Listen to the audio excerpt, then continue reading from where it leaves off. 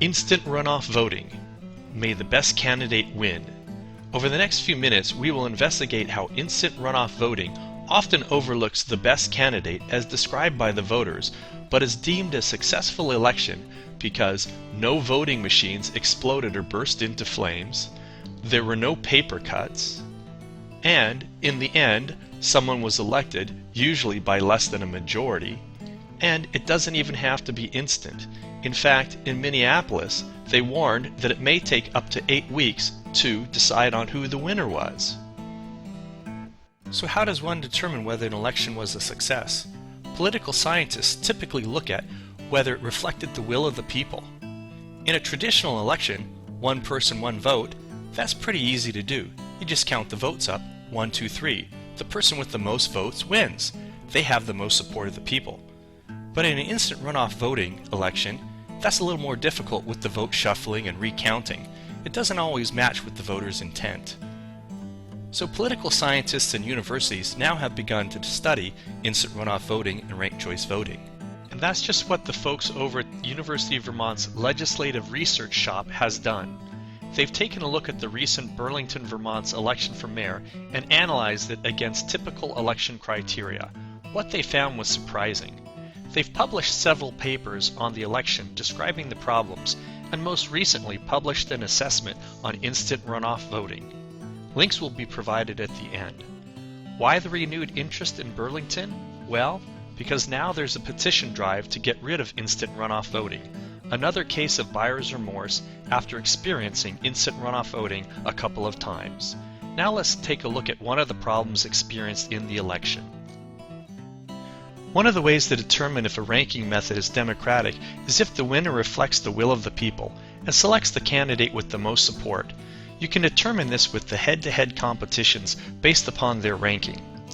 Here we have a spreadsheet of the recent Burlington, Vermont mayor's election. We have eliminated the minor candidates and their votes did not affect the outcome. You can see in each case, some voters just voted for their favorite candidate and no one else. Can you tell who wins just by looking at it? Okay, let's run the instant runoff counting scheme. People are eliminated, votes are moved around, recounted, some votes thrown away. Okay, enough of the suspense. Kiss was elected with 48% support. Putting it another way, 52% of the voters rejected him that day. Ranked choice voting typically acts like a plurality based upon the turnout when selecting its winners.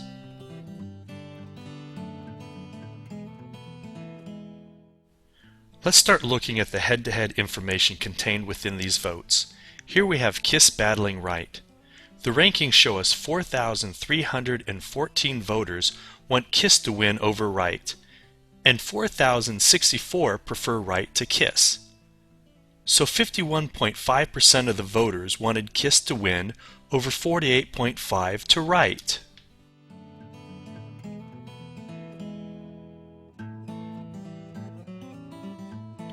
Okay, let's look at the matchup between Montrell and Wright.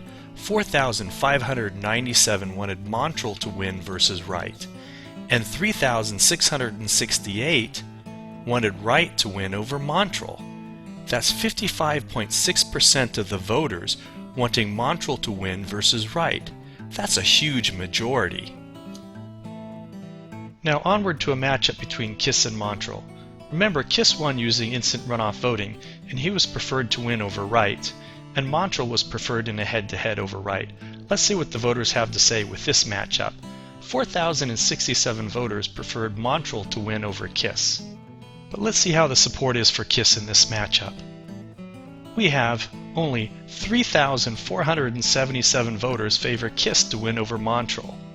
Montrell is favored by over 8% to win in a head-to-head matchup with Kiss. That's quite a margin.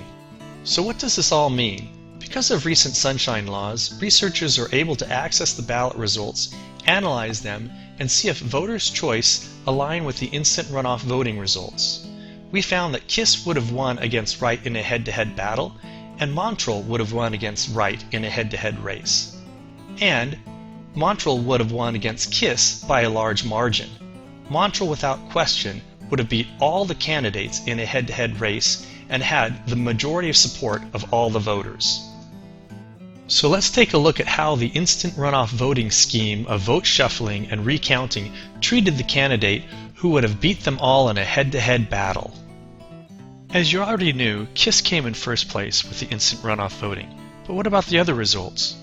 Wright came in second place, and Montrell came in dead last. Surprising, isn't it?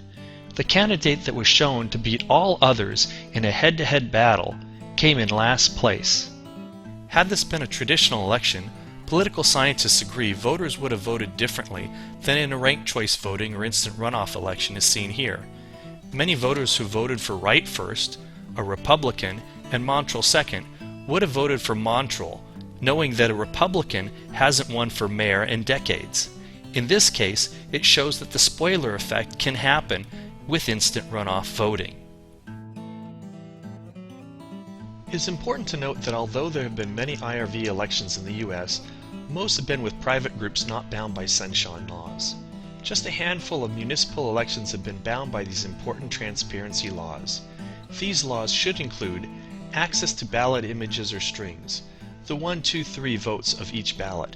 That's the information on who the people voted for and if they voted for 1, 2, or 3 candidates. It does not include any personal information, and a paper audit trail of each ballot, and a full description of the algorithm and calculations used to count the votes.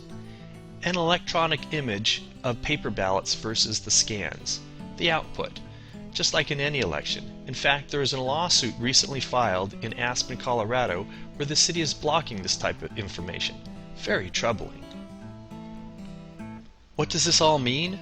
Without access to all the votes, universities, political science departments, and election integrity experts cannot study the full effects of instant runoff voting and see if it truly is a democratic voting method. Here is an example of a ballot string of about 13 voters' votes. Complex looking, isn't it? But it contains all the information needed to study an election. When results like this happen, it undercuts the legitimacy of the electoral process and is just undemocratic, and has just come to light since we now can study the results of the instant runoff voting elections. It has been said that most voting systems have some flaws, but as shown here, instant runoff voting has more than its fair share. With its complex vote shuffling algorithm, it doesn't always select the most preferred candidate as selected by the voters, and in this real-life example, it put him last. This isn't a hypothetical example, this is real life. Volunteers walked door to door to support this candidate. People came out to vote, and to have this perverse outcome, you can see why the people of Burlington are signing the petition to stop using instant runoff voting.